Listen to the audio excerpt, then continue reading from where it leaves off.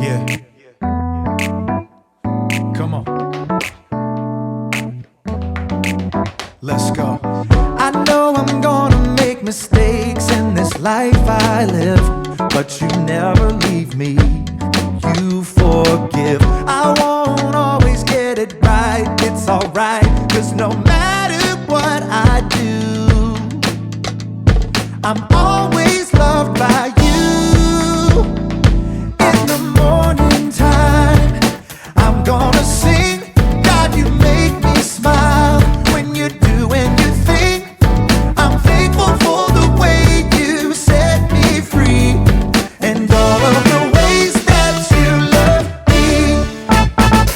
I know I'm gonna make mistakes in this life I live, but you never leave me. You forgive. I won't always get it right. It's alright, 'cause no matter what I do, no matter what, I'm always loved by you. In the morning time, I'm gonna sing. God, you make me smile when you're doing your thing.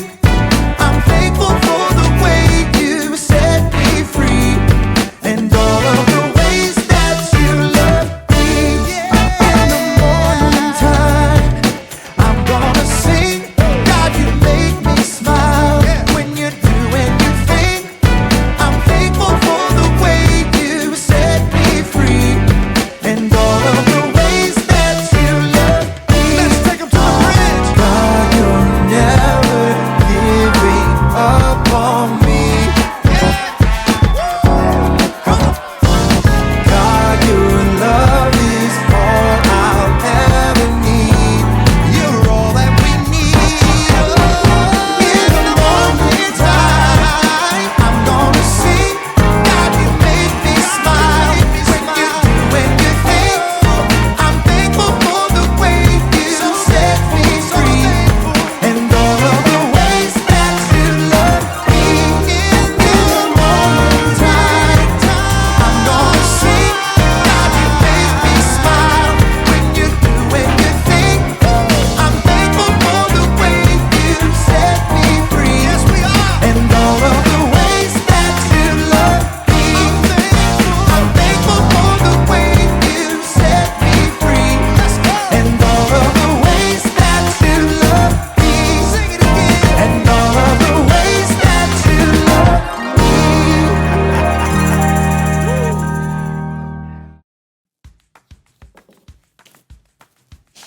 Hey, welcome to Story Lab. This week, we're talking about forgiveness, while we take a look at the story of a man who found himself far from home.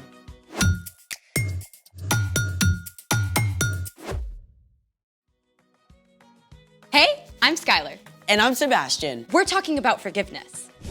which is deciding that someone who has wronged you doesn't have to pay. What's that? I thought I tried my hand at a little sketch for today's show. Can I see it? It's not good. Please, please, please, please. I mean, It looked really good from what I saw. Can I see it? okay. The pig is really cute. I like it. Can I have it back? Yeah, of course. Oh no!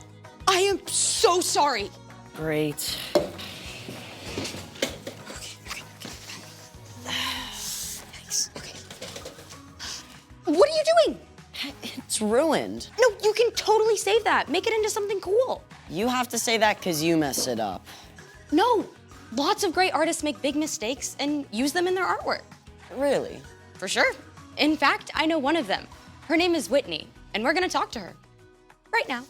Did you plan this? Happy accident. Hey, Whitney, come on in.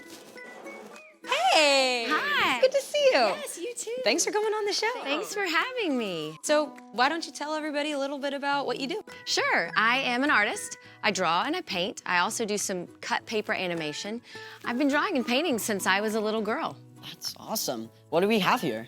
Right, so I like to draw from observation. This is candy, and that I had lying around my house, and a plant, and also trees. I love drawing trees in different seasons. These are amazing. What got you interested in art? Well, I've always loved to draw and paint, but when I was in high school, my art teacher laughed at me because I couldn't read a ruler. And she said, "You're gonna be an art teacher," and that is exactly what I did. Yeah, I mean, whenever I like to paint, it always turns into some unrecognizable color blotches. Well, I made a lot of mistakes too when I first started painting, and I still struggle with how to create what I see in my imagination. So, what do you do with your mistakes? Well, I like to say that I repurpose them. Take this, for example. I was using my hot glue gun, and it dripped all over this canvas I was already working on. Honestly, it still looks pretty cool to me, but I get what you mean. So, how will you repurpose that? I've got a few ideas. Can I show you later? Absolutely. In the meantime, it's time for... The story before the story. Today, we're in Luke. But before Luke, in the very beginning, out of a deep, deep love, God made an amazing world. But when people turned away from God, the world was broken. God made a plan to draw people back into relationship. So, at the right time, God sent a tiny baby to be born in the small town of Bethlehem. God's very own son, Jesus. When Jesus grew up, he began to travel from town to town, teaching and healing. Often when Jesus taught, he spoke in parables or stories using everyday things to help people understand spiritual truths. Which is where our story starts. Take it away. Hey everyone, I'm Chloe. Hi, Chloe. One day, while Jesus was teaching, a group of tax collectors and others who were considered outcasts gathered around Jesus. The religious leaders were totally shocked by this. This man welcomes sinners and riffraff. He even eats with them. Jesus turned to the leaders and invited them to listen too. He spoke to them in parables, or stories, one about a lost sheep and one about a lost coin. The third story was about a lost son. There once was a wealthy man who had 2 sons. The youngest son was totally fed up with living at home. He hated having to do what his dad said and trying to live up to his perfect big brother. So, he did something extreme. Give me my share of all your money. Now, this was really rude, but it's even worse than you might think. Usually, family money would only be passed on to children after the father died. So it's like the younger son was saying he wished his father was dead. Even though the father must have been terribly hurt, he divided up his property and gave a share of the money to the younger son. I'm in the money. Woohoo, the sky is sunny. The younger son took off for a faraway country. When he arrived, he started spending money like it was water. Fine clothes, awesome food, wild parties. The younger son lived it up, big time. But you can guess what happened. The money ran out. And right about that time, a famine hit. It was hard to find food, even if you did have money. The younger son was stuck. So he went to work for a pig farmer. The younger son was so desperate, he actually wanted to eat the disgusting pig scraps.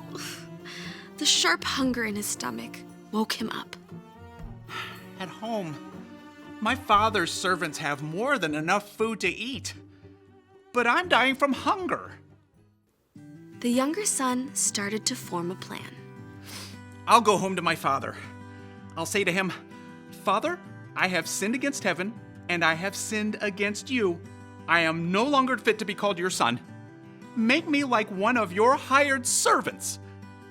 Yeah, that's it. So the younger son set off for home. He was tired and weak, and the journey seemed to take forever. But at last, he neared home. I'm no longer fit to be called your son. But while the son was still a long way off, his father saw him. The father's heart was filled with love. He ran to his son and threw his arms around him and kissed him. Father, I have sinned against heaven and against you. I am no longer fit to be called your son. But the father called out to the servants. Quick, bring the best robe and put it on him. Put a ring on his finger and sandals on his feet. Bring the fattest calf and kill it. Let's have a feast and celebrate. This son of mine was dead, and now he is alive again. He was lost, and now he is found. In no time at all, the younger son was dressed in fresh clothes instead of rags and found himself the guest of honor at a feast. His head must have been spinning. But meantime, we can't forget the older brother. The whole time his kid brother was out living wild and wasting money, the older brother was working hard for their father. The older brother had been out in the field all day, so when he came home to the sounds of music and dancing, he was shocked. He called one of the servants. What's going on? Haven't you heard? Your brother came back. Your dad's so excited, he killed the fattest calf for a party. What? You should come in. Your father's looking for you. Let me think. No. Just think what you'd feel like if you were the older brother. This whole thing was so unfair. When the father came out and begged his older son to come in, the son let him have it. Look, all these years, I've worked like a slave for you. I have always obeyed your orders. You never gave me even a young goat so I could celebrate with my friends. But this son of yours wasted your money on crazy things. Now he comes home, and for him, you killed the fattest calf. The father looked on his older son with the same love he gave his younger son. My son, you are always with me. Everything I have is yours. But we had to celebrate and be glad. This brother of yours was dead, and now he is alive again. He was lost, and now he is found. And that's the end. Jesus didn't tell the crowd what happened next. Maybe the older brother had a change of heart and came inside to have a blast with his brother. Or maybe he held on to his anger and stayed outside, alone. The end. Wow, there is a lot going on in that story. Yeah, sometimes I get the younger brother. Sometimes I want to do what I want to do. But then also sometimes I feel like the older brother, and I want everything to be perfectly fair. They both needed forgiveness. The younger brother for being hurtful and making really poor decisions. And the older one for being angry and bitter. So, what's our part in the story? Well, the father forgave both his sons. He forgave the son who did big, bold, awful things, but he also forgave the son who did everything right on the outside, but had a hard, bitter heart. And God is just like that father. God is always ready to forgive you for what you've done, no matter how big or small. If you go on a website that your parents specifically told you is off limits. Or you had a rotten attitude when your mom asked you to do something. If you lie about brushing your teeth. No matter what, you can always come back to God and know that God will forgive you.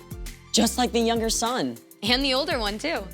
Knowing God will forgive you is never an excuse to try getting away with something. You will only hurt yourself and others. But you can have absolute confidence that God will always welcome you back, no matter what. It's the most amazing news ever. You got that right. See you next time. Bye, Chloe. So here's the thing. God will always forgive you. Yeah, God is like a master artist. He takes our messes and mistakes and turns them into something beautiful. Speaking of which, Hey there. hey, we're so excited to see what you did with your mess up. Well, here you go. Wow. I took my hot glue gun and I added more hot glue and then I turned it into flowers. It looks like you did it on purpose. Hey, thanks for hanging out with us today and showing us your process. My pleasure. See you guys next time. Bye, Whitney. She really inspired me. Hey, let's see your sketch. See how your mistake turned into something amazing? Yeah, thanks for joining us in the Story Lab. See you next time. We've got these exes by our names, been holding grudges and placing blame, keeping a record of wrongs, and it's getting long. Seems like the golden rule has gone out the window, so we can fight about who's right and watch our hearts go dark as night. Oh,